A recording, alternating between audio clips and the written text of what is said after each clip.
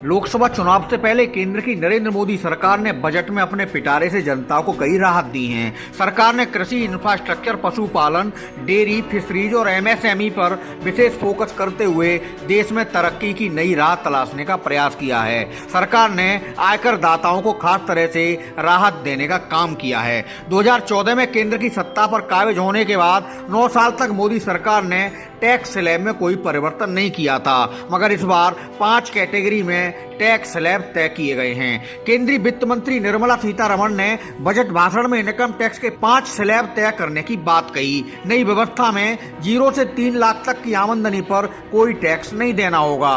3 से 6 लाख तक की आमदनी पर 5% टैक्स, 6 से 9 लाख तक 10%, 9 से 12 लाख तक 15%, 12 से 15 लाख तक 20% और 15 लाख से ज्यादा पर 30% टैक्स अदाई की व्यवस्था की गई है। सरकार टैक्स अदा करने को नेक्स्ट जनरेशन टैक्स फॉर्म जारी करेगी, जो काफी सरल होगा। इससे लोग आसानी से टैक्स भर सकेंगे। बजट में कोऑपरेशन सेक्टर में 31 मार्च 2024 तक काम शुरू करने वाली नई कंपनियों को 15% छूट दी जाएगी। अभी सालाना 5 लाख तक की आय पर कोई टैक्स नहीं देते थे।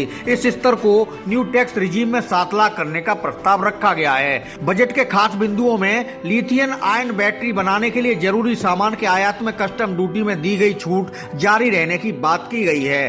कैमरा लेंस और लिथियम आयन बैटरी जैसे मोबाइल फोन उत्पादन में लगने वाले जरूरी सामान के आयत में कस्टम ड्यूटी में दी गई छूट जारी रहेगी।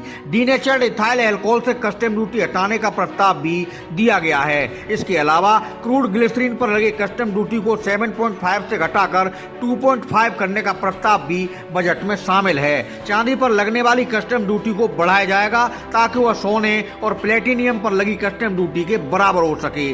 सिगरेट पर लगे कस्टम ड्यूटी को 3 साल से नहीं बढ़ाया गया था, अब इसे बढ़ाकर 16% करने का प्रस्ताव है। इससे सिगरेट महंगी होगी। प्रधानमंत्री गरीब कल्याण अन्न योजना के तहत 2 लाख करोड़ रुपए केंद्र सरकार द्वारा वहन किया जा रहा है। इसका मतलब ये है गरीबों को राशन जारी रहेगा।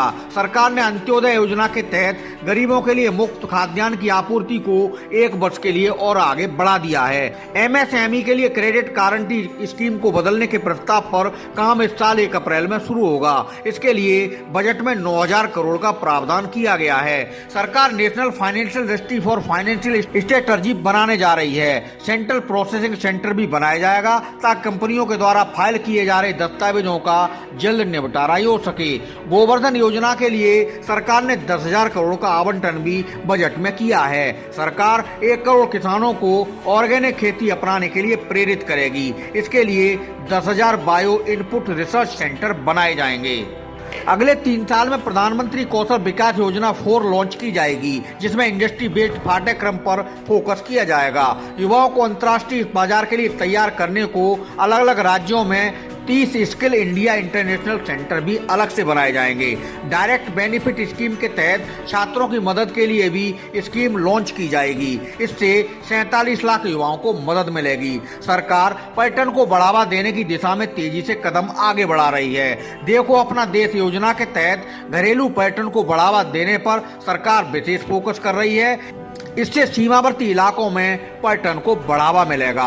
मैनहोल या सीवर की सफाई का काम इंसानों के द्वारा न किया जाए, इसके लिए सरकार 100% मशीनों का इस्तेमाल करेगी। इसके अलावा डिजिटल लेन देन के लिए पहचान के तौर पर आधार कार्ड को भी स्वीकार किया जाएगा। लैब में बनाए जाने वाले डायमंड में नौकरियां पैदा होने की संभावना है। इस मामले में आयात पर निर्भरता कम करने को रिसर्च के काम को और आगे बढ़ाया जाएगा। लोगों को न्याय मिलने में देरी न हो, इसके लिए ई कोर्ट को 7,000 करोड़ का आवंटन सरकार करने जा रही है, जो बजट से जुड़ी बड़ी खबर है। ग्रीन क्रेडिट प्रोग्राम को पर्यावरण सुरक्षा कानून के तहत लाया जा रहा है। पीएम प्रणाम नाम का नया कार्यक्रम भी शुरू होगा, जिसके तहत कृत्रिम खाद के इस्तेमाल को कम कर नेचुरल खाद के इस्तेमाल को बढ़ावा दिया जाएगा। पीएम आवास योजना में 66% की बढ़ोतरी होगी और 79,000 करोड़ रुपए इसके लिए आवंटित होंगे। राज्य सरकारों को 50 सालों के लिए इंटरेस्ट फ्री लोन दिया गया है। उसे एक और साल के लिए बढ़ाया जाएगा। भारतीय रेलवे के लिए 2.40 लाख करोड़ का आवंटन करने की व्यवस्था बजट में की गई है, जो अब तक के इतिहास में सबसे ज्यादा है। 2013-14 में जो आवंटन किया गया था ये उससे 9 गुना अधिक है। 50 और एयरपोर्ट, हेलीपैड और पोर्ट के पास पैड या तो बनाए जाएंगे या फिर उन्हें फिर से रिवाइव किया जाएगा। बजट प्रस्तावों को जो गौर से देखें तो एलईडी, टेलीविजन, इलेक्ट्रॉनिक वाहन, बायोगैस से जुड़ी चीजें, खिलौने, साइकिल सस्ते होने जा रहे हैं। सरकार ने सीमा शुल्क 13% किया है। बैटरी पर आयात शुल्क घटाया जा रहा है। छोटे कारोबारियों को बड़ी सौगात दी गई है, उन्हें ब्याज पर 1% की छूट मिलेगी। इसके अलावा महिला सम्मान पर सरकार विशेष फोकस कर रही है। महिला सम्मान सर्टिफिकेट 2025 तक जारी रहेगा। 2 लाख जमा करने पर 7.5% ब्याज मिलेगा। बजट में महिलाओं के लिए यह बड़ी घोषणा है। सरकार महिला सेविंग सम्मान पत्र लाने जा रही है। सरकार डेटा एमएससी भी अलग से बनाने की तैयारी में है।